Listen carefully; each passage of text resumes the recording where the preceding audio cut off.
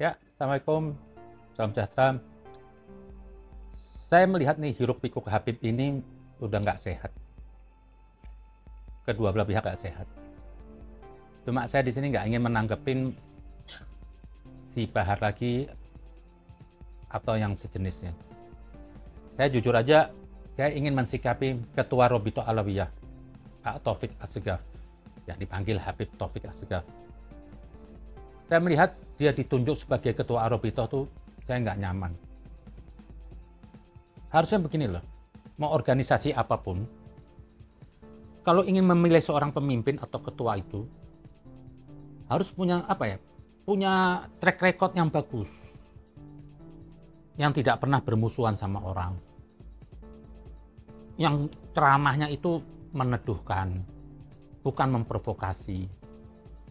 Terus nggak perlu mengadilin orang, nggak perlu menilai sesama ulama.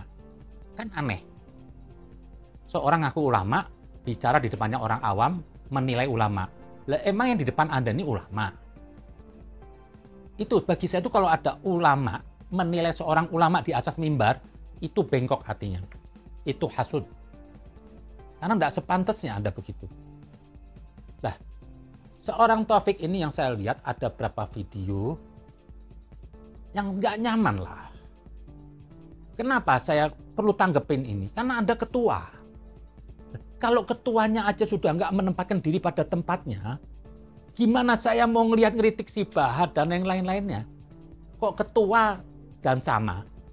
Padahal kalau mau dilihat oknum Habib yang bego ini cuma 1, 2, 3 orang. Tapi kalau ketuanya bego, ya orang bisa menuduh apa? Semuanya bego. Ketuanya radikal, ya semua melihat Habib itu radikal. Kalau ketuanya menciptakan permusuhan, menyerang ulama, atau menyerang kadang-kadang NU, cuma nggak tersirat aja. Ini kan nggak baik.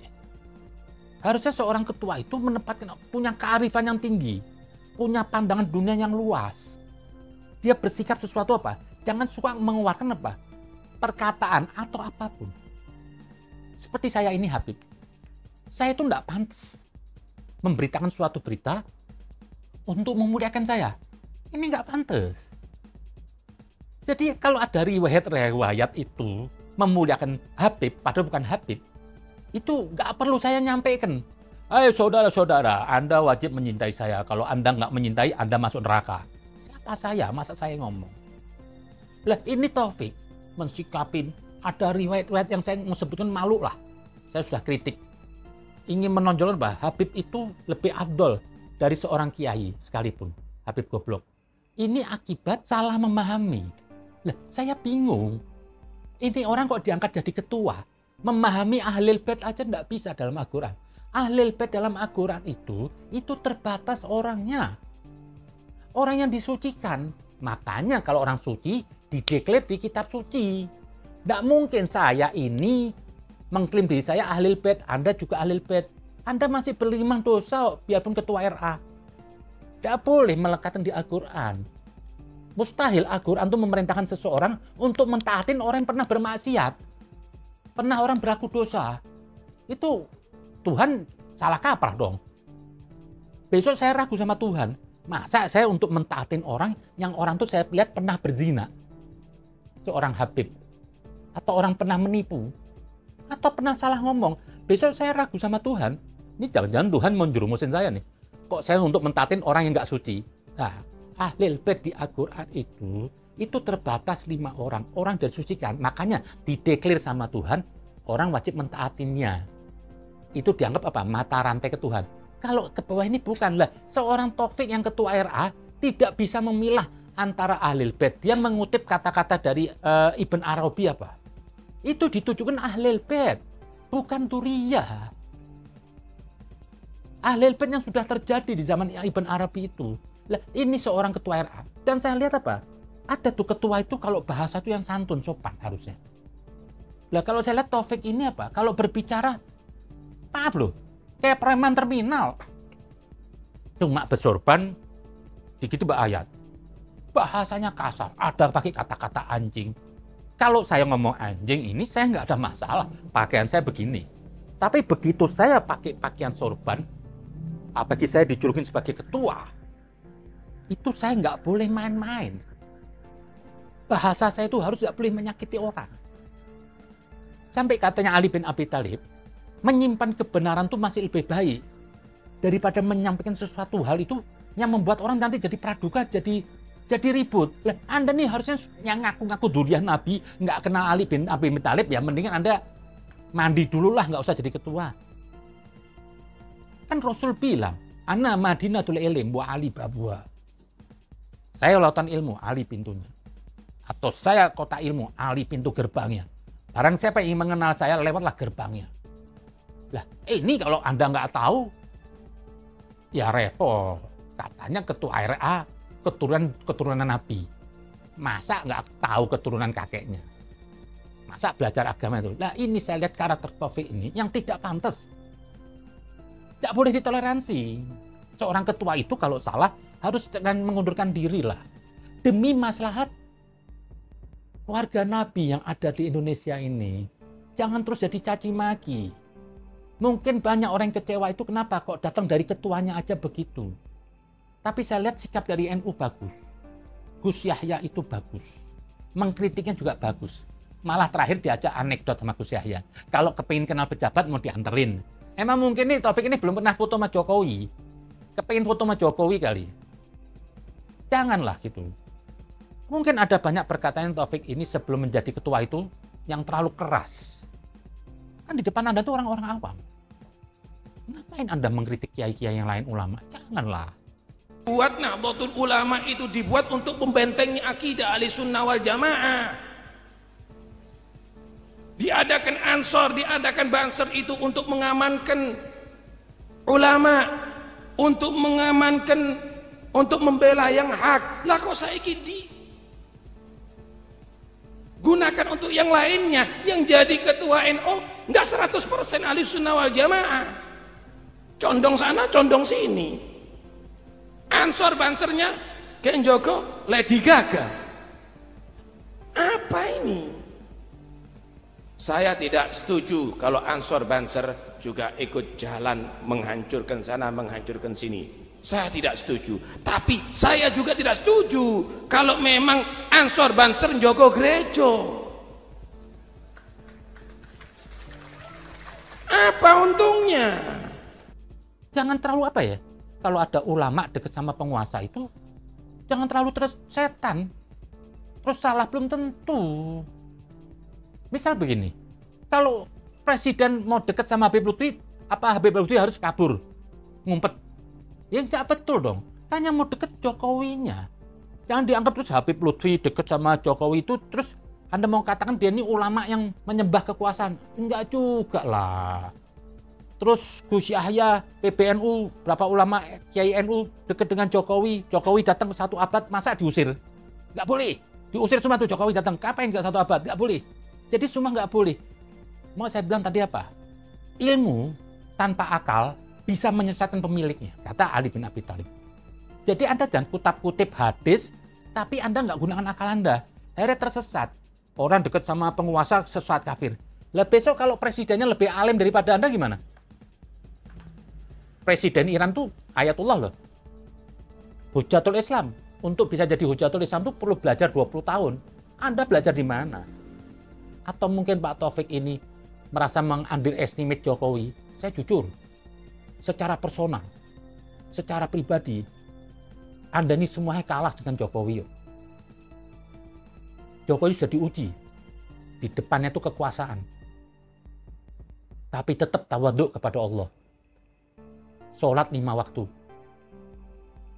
Senin Kamis puasa. Saya belum tentu. Masih ada yang bolong. Jokowi, presiden yang punya kesibukan. Saya pengangguran mungkin. Itu masih ninggalin puasa. Secara Islam, jauhlah Anda ini semua, Pak Taufik dengan Jokowi tadi. Itu Islam yang sebenarnya. Kalau yang lain-lain ini maaf-maaf lah. Ustadz-ustadz yang cuma modal bacot doang lah. Belum diuji, coba jadi presiden. Korupsi. Siapa yang enggak? Tapi Jokowi enggak. Jangan underestimate Jokowi. Bagi saya apa? Hakikat ulama yang sebenarnya itu Jokowi. Ali bin Abi Thalib bilang apa? Mendapat pemimpin yang baik itu baru setengah jalan. Baik loh. Yang 50% lagi apa? Ketaatan rakyat kepada pemimpinnya. Jadi jangan melihat pemimpin itu seperti musuh. Kok harus dianggap kafir? Nggak bisa begitu dong. Ya pemimpin dideketin dong. Jadi kalau ada Gus Yahya NU atau kiai yang lain atau Habib Lutfi deket Jokowi itu, emang kebetulan Jokowinya baik. Kalau deket sama SBY dulu dukung SBY, ya saya rakyat sekarang nggak butuh. Bisa malah, saya tuh kemarin ketemu ibu-ibu yang saya anggap ini nggak tahu dunia lah. Saya tanya, Bu, nanti pilih siapa Bu? Ya, pokoknya asal jangan Anies. Ibu bisa tahu, ini teknologi. Jadi jangan suka memandang bangsa ini bodoh, enggak. Ini bangsa semua cerdas. Nah, yang saya sayangkan apa? Pak Taufik ini bicara di muka umum. Yang dengar orang awam, mau ngapain sih? Menilai ulama, itulah. Jadi saya ambil kesimpulan di sini, saya mintalah kepada keluarga-keluarga Pak Alwi yang ada di Jakarta. Untuk satu, meredakan emosi orang, wajar orang marah. Orang masih menghormati dia sebagai ketua loh. Tapi harusnya keluarga Pak Alwi itu sadar diri. Harusnya seorang Taufik ini diganti. Kenapa? Sudah mencederai, menyakiti banyak bangsa Indonesia. Keluarga Pak Alwi itu apa? Keluarga Pak Alwi itu keluarga Duriyah Nabi yang dibilang sekarang ini. Yang saya ini kelompok Habib yang kantornya di Tanah Abang itu. Kenapa saya berharap terus ini ketua diganti? Karena ketuanya aja bermasalah. Besok kalau ada anggotanya, ada Habib bermasalah, ya dia nggak mungkin. Buktinya, dia tidak pernah mengkritik ada satu anak murid Bahar mengatakan, Habib Bahar sering bilang, belajar sama satu Habib, sama ukurannya belajar dengan 70 kiai. Betul nggak Habib?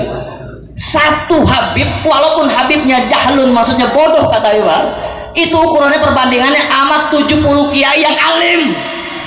Itulah pernyataan konyol dari hasil didikan Bahar bin Smith, seseorang yang mengaku keturunan Rasulullah, akan tetapi kelakuannya sering mencoreng nama baik beliau. Pernyataan itu adalah salah satu strategi dia untuk mencuci otak umat Islam agar bisa menjadi budaknya, memuliakannya, memujanya, mencium kakinya, bahkan kalau perlu menjilati kakinya. Habib yang goblok lebih afdal daripada 70 kiai. Ternyata pemahaman ini juga ada di ketuanya, Pak Taufik. Lah ini kan aneh. Jahil. Kenapa? Karena kalau Sayyid ini dikasih penyakit junun. Apa junun itu? Gila. Apakah hilang kesayyidannya? Enggak. Si alim kalau dikasih junun. Itu enggak perlu disampaikan ketua tadi. Dan itu riwayat-riwayat gak jelas. Dan itu riwayat kalau ditujukan apa? Untuk ahli bait suci. Kenapa? Enggak mungkin bodoh itu ahli bait suci. Karena apa? Sudah dibaptis Tuhan. Wa yutathiru tathiro. Jadi sekali lagi, Duriyah Nabi ini bukan suatu hal yang hebat. Jangan dikaitkan dengan ahli bait tadi. Itu aja mungkin saya minta kembali, saya permohonlah keluarga Pak Alwi yang ada ini. Dan Pak Taufik Anda legowo lah. Supaya sama-sama enak. Lebih baik Anda mengundurkan diri. Gantilah yang muda-muda. Ini Anda dari Pasuruan. Masuk Jakarta mungkin kaget Anda. Ini Jakarta ini arenanya orang pakai akal. Mungkin kalau di kampung bisa veto-veto aja, dogma. Lu kafir gini, lu nurut sama gue, lu nggak kafir gini, bisa. Jakarta nggak bisa. Karena siapa aja akan dilawan dengan pemikiran. Itu aja mungkin ganti yang muda-muda aja lah. Saya setuju kalau bisa diganti Habib Jindan bin Jindan atau Habib Husin Ba'akil. Yang muda-muda lah, biar enak gitu dilihatnya. Di mana-mana sang lagi ribut muda. Dan kadang muda itu lebih apa ya? Orang muda itu lebih terbuka wawasannya, pemikirannya, nggak sektarian, nggak suka memandang orang musuh. Dan kalau berbicara itu memikirkan nilai manfaatnya. Oh, kalau saya sampaikan ini orang ngomong tersinggung apa nggak? Oh, saya nggak ngomong. Orang muda itu lebih akan. Tapi kalau orang yang sudah tua itu kadang-kadang apa? Masih kebawaan dogma masa lalu. Belajar agama dogma. Kalau nggak gini kafir, ini surga. Lah ini kacamata kuda. Saya kenapa minta ada reformasi di tubuh Arobita ini? Karena saya butuh ketua itu yang punya bijaksana. Besok-besok kalau ada oknum Habib seperti Bahar atau Rizik itu bisa dikeluarkan statement sikap. Tidak harus Bahar jadi orang baik, tapi minimal apa? Arobita kan sikap. Itu sikapnya Bahar itu di luar kebijaksanaan, di luar yang nggak baik, bukan dalam kendali Habib. Perlu dikasih warning aja. Emang Arobita ini bukan lembaga yang bisa mengatur anak buah. Tapi minimal Anda ngeluarin statement. Lah, kalau ketuanya ini kemarin Pak Taufik yang punya karakter juga sama, pantas kok saya tunggu nggak ada berita, nggak ada permohonan maaf kek apa kek. Kan harusnya Anda tahu diri. Waktu si Bahar mengatakan kalau nggak ada orang Arab, orang sini nyembah pohon apa. Ini kan kebiadaban tingkat tinggi ini. Kok jadi begini? Sementara Rasulnya, Nabinya tidak pernah bangga sama dirinya. Karena bangga itu apa? Kesesatan. Kita merasa bangga sedikit itu sudah sesat. Tidak boleh. Nabi aja terus merendah. Mau ada perkataan itu, rendahkan diri Anda selalu. Niscaya Allah yang akan mengangkat derajat Anda. Terima kasih. Assalamualaikum.